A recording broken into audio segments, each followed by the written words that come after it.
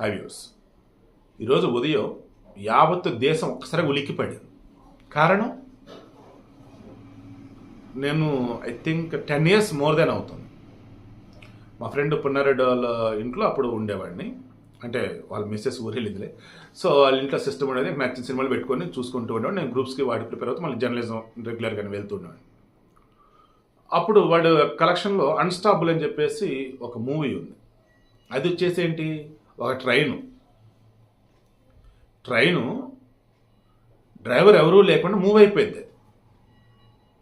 ఇక దాన్ని ఆపటం కోసం పడే తిప్పలు ఉంటాయి కదా, అన్నీ కావాలన్నమాట. అది ఆ సినిమా సూపర్ ఉండిద్ది అసలు. ఎగ్జాక్ట్గా ఈరోజు ఇండియాలో అదే జరిగింది. మామూలుగా కాంక్రీట్ చిప్స్ ఉంటాయి కదా, కాంక్రీట్ మిక్చర్లు వేసే చిన్న చిన్న చిప్స్, కాంక్రీట్ మెటీరియల్. అలా మొత్తం 53 వ్యాగన్లు, 53 బోగీలు అనుకోండి, గూడ్స్ బోగీలు. ఇది వచ్చేసి ఎక్కడి నుంచి ఎక్కడికి వెళ్ళాలి, జమ్మూ నుంచి జలంధర్ రూట్ పంజాబ్కి వెళ్ళాలి. జమ్మూలోని కతువా రైల్వే స్టేషన్లో రైలుని ఆపారు. ఎవరు, loco pilot, assistant loco pilot. ఆపి వాళ్ళు కిందకు దిగారు. టీ తాగటానికో లేదన్నప్పుడు ఇంకో లోకో పైలట్ ఎక్స్చేంజ్ అవటానికి అలా, ఓకేనా, కిందకు దిగారు. ఈ లోపు ఆ లోకో పైలట్ వచ్చి చూశాడు, ట్రైన్ లేదు. ఓకే, వేరే అతను ఎక్స్చేంజ్ చేసుకుని వెళ్ళిపోయాడా అనుకుని అన్నాడు. ఎవరు వచ్చాడు, ఏ డ్రైవర్, ఏ లోకో పైలట్ వచ్చాడు అన్నాడు. ఇప్పుడు తీసుకెళ్ళాడు కదా ట్రైన్ అని. ఇదేంటి, నువ్వే కదా, ఇంకెవరు తీసుకెళ్ళని చెప్పేసి అక్కడ స్టేషన్ వాళ్ళు అన్నారు. నేను ఇక్కడే ఉన్నాను రా బాబు, నేను తీసుకెళ్ళటం ఏంటి, ఉన్నాను కదా, మరి ట్రైన్ తీసుకెళ్ళింది ఎవరు? ఇమీడియట్గా రిమైనింగ్ అంటే అది ఎటు వెళ్ళింది అంటే పఠాన్కోట్ రూట్. అది పఠాన్కోట్ సైడు ఇలా ఉండేది కదా మామూలు ట్రాక్, పఠాన్కోట్ సైడ్ ఇలా ఉండిద్దట, అంటే వాలుగా. సో రైలు ఎటు వెళ్ళింది, ఇంక ఇమీడియట్గా అందరిని అలర్ట్ చేసి పెట్టేశారు. ఏంద్ర అయ్యా అంటే ఇతను ఇంజిన్ ఆఫ్ చేయాల, దానికి తోడు హ్యాండ్ బ్రేక్ వేయాల, ఇంజిన్ ఆఫ్ చేయాల. దాంతో అటు వాల్గా ఉండేసరికి రైలు కదలటం స్టార్ట్ అయింది. ఎంతగా అంటే నెమ్మదిగా స్పీడ్ అందుకొని 100 కిలోమీటర్ స్పీడ్ అందుకుంది.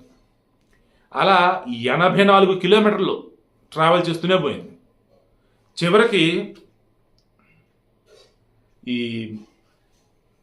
ఉచ్చి బస్సి అని ఒక ఏరియా దుసుహా దగ్గర, అక్కడ మొత్తానికి ట్రైన్ ఆపారు. అది కూడా ఎలాగా,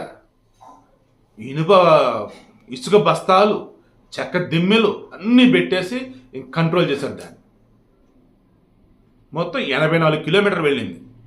53 వ్యాగన్లు అంటే బోగీలు, మొత్తం కాంక్రీట్ చిప్స్ ఉన్నాయి లోపల. ట్రైన్ నెంబర్ కూడా 14806. పఠాన్కోట్ సైడు వాలుగా ఉండే సైడ్ మూవ్ అయిపోయింది. Jammu and Jalandhar route. అది ఎంత పెను ప్రమాదం తప్పిందంటే ఎక్కడికక్కడ సేమ్ అందరూ చెప్పిన అన్స్టాపుల్ అయిన సినిమా కూడా అందరూ కూడా అంతే. రైలు వస్తుందిరా అని చెప్పేసి దారిలో ఉన్న రోడ్లు, బ్రిడ్జ్లు అందరిని అలర్ట్ చేస్తారనమాట. దారిలో ఎక్కడికక్కడ ఇంకా అసలు ఎక్కడ కూడా గేట్లు ఓపెన్ చేసి ఉండకూడదు, అన్ని గేట్లు క్లోజ్ చేసి పెడతారు. అప్పుడు ఏమైతే ట్రాక్ మీద వేరే ఎవరు రారు, రైలు వెళ్తూ ఉండేది. ఈ రైలుని ఇంకా అందుకోవాలి. మామూలుగా ఆ సినిమాలో అయితే లోకో పైలట్ అండ్ అసిస్టెంట్ ఇద్దరు కలిపి వెళ్ళి మొత్తం ట్రైన్ ఆపుతారు. అది సినిమా. రియాలిటీ ఏంటి, అలా సాహసం చేయడానికి ఛాన్స్ లేదు. ఇప్పుడు ఏం చేయాలి, దీన్ని ఆపాలి ఇంకంతే. అందుకని చెప్పేసి ఇసుక బస్తాలు, చెక్క దిమ్మలు అన్నీ పెట్టి కలాకలా ఆపున్నారు. అంత స్పీడ్లో అయినా సరే ఆపున్నారంటే మేబీ స్పీడ్ తగ్గి ఉండాలి. ఎందుకంటే అప్ డౌన్ రకరకాలు ఉంటాయి కదా, అలా. ఈవెన్ ఆ వీడియో కూడా అటాచ్ చేస్తాను చూడండి తర్వాత. ఇంత అజాగ్రత్తగా ఎలా ఉన్నారా దేవుడు అని చెప్పేసి ఇమీడియట్గా రైల్వే వాళ్ళు విచారణకు ఆదేశించున్నారు. నాకు తెలిసి ఆ loco pilot, assistant loco pilot ఇద్దరు ఉద్యోగాలు పోతారని గ్యారంటీ.